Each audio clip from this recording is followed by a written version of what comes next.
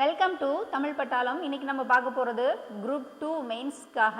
இன்னைக்கு மனித உரிமை பிரச்சனை அதான் பார்க்க போகிறோம். மனித உரிமைகள், மனிதனை மனிதனாக மதிப்பது தான் என்னது? மனிதனினுடைய உரிமை. அதுதான் மனித உரிமை அப்படின்னு சொல்கிறாங்க. ஒரு மனிதன் சுதந்திரமாகவும் சமமாகவும் கண்ணியத்துடனும் வாழ்வதற்கான ஒரு உரிமை தான் மனித உரிமையாக பார்க்கப்படுது. இது எப்போ உருவாக்கியிருக்கிறாங்க அப்படின்னு சொல்லிட்டு நம்ம பார்க்கலாம். ஃபஸ்ட்டு ஐநா சபை உருவாக்கம் எப்போ? 1945 அக்டோபர் 24. அதாவது இந்த இரண்டாம் உலக போரின் விளைவு காரணமாக என்னாகுது? ஐநா உருவாக்கப்படுது. மனித உரிமைகளுக்கான உலகளாவிய அறிவிப்பு அப்படின்னு சொல்லிட்டு 30 சட்டப்பிரிவுகளோட 1948 டிசம்பர் 10 என்ன பண்ணுறாங்க? ஐநா வெளியிடுறாங்க. 1948 டிசம்பர் 10. அதுக்கு முன்னாடியே ஐநா என்ன இருக்குது? உருவாயிருக்குது. 1945 அக்டோபர் 24 ஐநா மனித உரிமை. 1948 டிசம்பர் 10. இந்த மனித உரிமைக்கான வகைகள் என்னென்ன அப்படின்னா, வாழ்வியல் உரிமை, அரசியல் உரிமை, சமூக உரிமை, பொருளாதார கலாச்சார உரிமை அப்படி சொல்லிட்டு உரிமைகள் வகைப்படுத்தப்படுது. இந்த மனித உரிமைகள் எங்கெங்க மீறப்படும், மீறல்கள் என்னென்ன அப்படின்னா, முதல்ல இந்த குழந்தை தொழிலாளர் முறை, அதில் மீறல்கள் ஏற்படுது. சாதி மத வன்முறையில், அப்புறம் எஸ்சி எஸ்டிக்கு எதிரான வன்கொடுமைகளில் மனித உரிமைகள் மீறப்படுது. ஆணவ கொலைகள், காவல்துறை அத்துமீறல், சிறைச்சாலையில் நிகழக்கூடிய வன்முறை, பெண்களுக்கு எதிரான வன்முறை, தீண்டாமை, இதில் எல்லாமே என்ன ஆகுது? மனித உரிமைகள் மீறப்படுது. இந்த மனித உரிமைகள் பாதுகாக்க ஐநா என்னென்ன நடவடிக்கை எடுத்திருக்காங்க அப்படி சொல்லிட்டு நம்ம என்ன பண்ணலாம் பார்க்கலாம். மனித உரிமைகள் குறித்த ஒரு விழிப்புணர்வு என்ன பண்ணணும்? ஏற்படுத்தணும். அதாவது சர்வதேச மனித உரிமைகள் தினம் டிசம்பர் 10. ஏன்னா அப்போ தானே உருவாக்கியிருக்காங்க. அப்போ மனித உரிமைகள் தினம் சர்வதேச அளவில் டிசம்பர் 10. மனித உரிமைகள் குறித்த சட்டத்தை தொகுத்தல், மனித உரிமை மீறல்கள் ஏற்பட்டுச்சுன்னா அதை கண்காணித்தல், தனிநபர் புகார்களை என்ன பண்ணியிருக்காங்க? விசாரிக்கிறது. இதுதான் மனித உரிமைகளை பாதுகாக்க ஐநா எடுத்த நடவடிக்கைகள். மனித உரிமை மீறல்கள் குறித்த தகவல்கள்லாம் என்ன பண்ணணும்? சேகரிக்கணும். மனித உரிமை நடவடிக்கைகள் எல்லாம் ஒருங்கிணைக்கிறது. அது குறித்த ஆலோசனை வழங்குதல், இதெல்லாமே என்னது? அதனுடைய நடவடிக்கைகளாக பார்க்கப்படுது. இந்தியாவில் இந்த மனித உரிமை மீறல்கள் இருக்கு இல்லையா, அதை பார்ப்போம். தேசிய மனித உரிமை ஆணையம் அறிக்கை என்ன சொல்லியிருக்காங்கன்னா, மனித உரிமை மீறல்கள் 40% உத்தரப்பிரதேசத்தில் நடக்குது. சாதி அடிப்படையிலான பாகுபாடு என்னாகுது? இருக்குது அப்படின்னு சொல்லியிருக்காங்க. வகுப்புவாத இன வன்முறை, சிறுபான்மையினர்கள் தாக்கப்படுதல் அப்படின்னு சொல்லிட்டு குறிப்பிட்டிருக்காங்க. எங்க இதெல்லாம் இந்தியாவில் மனித உரிமைகள் இந்தந்த இடங்கள்ல மீறப்படுது அப்படி சொல்லிட்டு. அப்புறம் பத்திரிகை சுதந்திரம் பறிக்கப்படுறது, பெண்களுக்கு எதிரான வன்முறை 2021 30% அதிகமாக இருக்கிறது. குழந்தைகளுக்கு எதிரான வன்முறை, பாலியல் வன்கொடுமைகள், அப்புறம் லாக்அப் டெத் சொல்கிறோம் இல்லையா, லாக்அப் மரணம் ஃபர்ஸ்ட் பிளேஸில் உத்தரப்பிரதேசம் இருக்குது. செகண்ட் இந்த தமிழ்நாடு சாத்தான்குளம் சொல்கிறாங்க. இது என்ன? மனித உரிமைகள் மீறப்படுறதுக்கு என்ன காரணங்கள் இருந்திருக்கணும்? கல்வி அறிவின்மை, வறுமை, சாதி மதத்து மேலே இருக்கக்கூடிய பற்றின் காரணமாக ஏற்படுது. ஆதிக்க மனப்பான்மை இருக்கிறது. சிக்கலான சட்ட நடைமுறைகள், அதிகாரத்துவ மனப்பான்மை இருக்குது. இன்னொன்று சமூக மாற்றம். இதெல்லாம் என்னது? மனித உரிமை மீறலுக்கான காரணங்களாக பார்க்கப்படுது. குழந்தை உரிமைகளுக்கான ஐநா மாநாடு 1989. பெண்களுக்கு எதிரான அனைத்து வகையான பாகுபாடுகளை நீக்குவதற்கான மசோதா எப்போ அப்படின்னா 1979 மசோதா. குழந்தைகள் உரிமைகளுக்கான ஐநா மாநாடு 1989.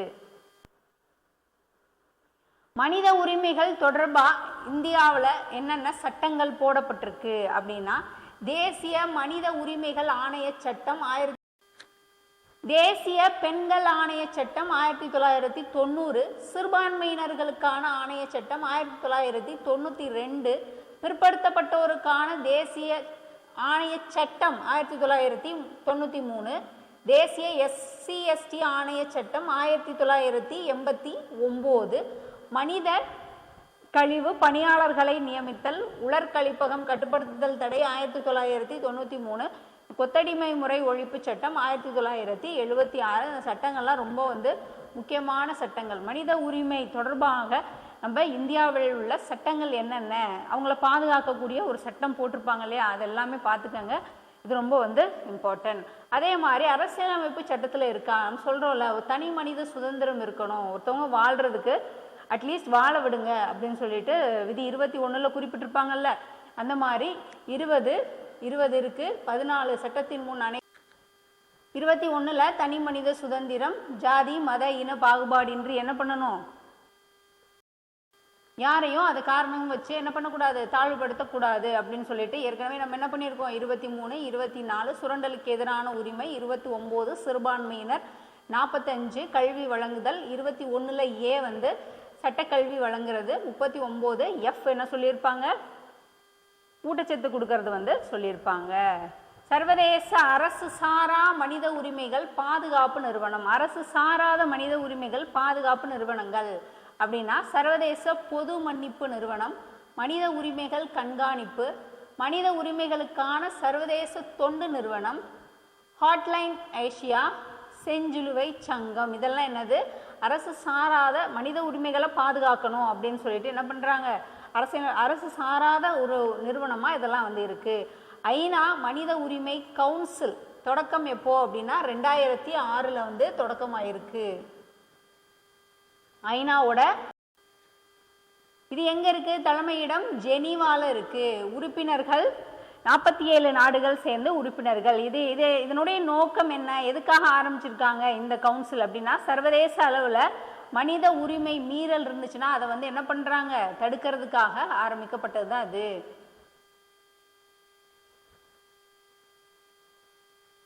வாழ்வியல், அதாவது இந்தியாவில் அரசு சாரா மனித உரிமைகள் பாதுகாப்பு நிறுவனம், அது வாழ்வியல் உரிமைகளுக்கான ஒரு மக்கள் கழகமா, ஐநா உரிமைகளுக்கான மக்கள் கழகம், மக்களை கண்காணிக்கக்கூடிய ஒரு கழகமா இருக்கிறாங்க. தேசிய மனித உரிமைகள் ஆணையம் 1993 அக்டோபர் 2. தேசிய மனித உரிமைகள் ஆணையம் எப்போ, 1993 அக்டோபர் 2. இதுல ஒரு தலைவர், 5 உறுப்பினர்கள் இருப்பாங்க. தலைவர் யாரா இருப்பாங்க அப்படின்னா, தேசிய லெவல்ல அப்படின்னா ஓய்வு பெற்ற உச்ச நீதிமன்ற நீதிபதியா இருப்பாங்க. இப்ப யார் இருக்காங்க அப்படின்னா வி ராமசுப்ரமணியம் இருக்காங்க. இப்ப உறுப்பினர்களா யார் இருப்பாங்க, உச்ச நீதிமன்ற நீதிபதி, உயர் நீதிமன்ற நீதிபதி, மனித உரிமைகள் தொடர்பாக அனுபவம் பெற்ற 2 பேர் இருப்பாங்க. பதவிக்காலம் 3 வருடம், 70 வயது. நோக்கம் என்ன, மனித உரிமைகளை பாதுகாக்கணும், மனித உரிமை மீறல் புகார்கள் வந்துச்சுன்னா அதை விசாரிக்கணும். இதுதான் என்னது, தேசிய மனித உரிமைகள் ஆணையம். அதே மாதிரி மாநில மனித உரிமைகள் ஆணையம் இருக்கும் இல்லையா, 1996 மாநில மனித உரிமை ஆணைய சட்டம் அப்படின்னு சொல்லிட்டு என்ன பண்ணியிருக்காங்க, கொண்டு வந்திருக்காங்க. அதுக்கப்புறம் தமிழ்நாடு மாநில மனித உரிமைகள் ஆணையம் 1997 ஆரம்பிச்சிருப்பாங்க. இதுலயும் ஒரு தலைவர், 2 உறுப்பினர்கள் இருக்காங்க. தலைவராக யார் இருப்பாங்கன்னா, ஓய்வு பெற்ற உயர் நீதிமன்ற நீதிபதி இருப்பாங்க. இப்போ யார் இருக்காங்க அப்படின்னா, மணிக்குமார் இருக்காங்க.